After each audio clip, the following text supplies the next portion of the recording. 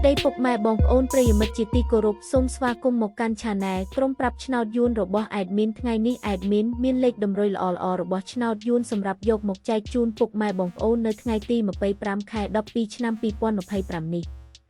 ដូចនេះ Admin មិនចង់ចាយពេលវេលារបស់ពុកម៉ែបងប្អូនយូរតោះយើងមកតាមដានលេខតម្រុយឆ្នោតរបស់យើងទាំងអស់គ្នាសម្រាប់លេខតម្រុយ2លេខមានលេខ71លេខ47និងចុងក្រោយលេខ25សម្រាប់លេខតម្រុយអូស2លេខមានលេខតម្រុយទី1អូស70និងលេខតម្រុយចុងក្រោយអូស7សម្រាប់លេខតម្រុយ3លេខមាន717គុណនិង205គុណសម្រាប់លេខតម្រុយថ្ងៃនេះ Admin សូមជូនពរឲ្យពុកម៉ែបងប្អូននិងប្រិយមិត្តទាំងឡាយជួបតែសំណាងល្អទាំងអស់គ្នាហេងមានលាភមានជ័យ